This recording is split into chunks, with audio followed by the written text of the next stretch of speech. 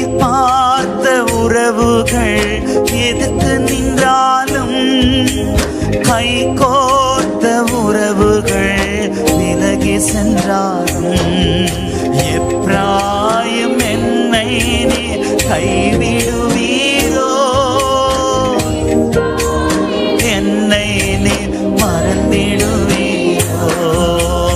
அப்பா நீங்க எனக்கு இருக்க பயமில்லையே, ஏன் தகப்பன் நீங்க சுமந்து கொள்ள தயக்கம்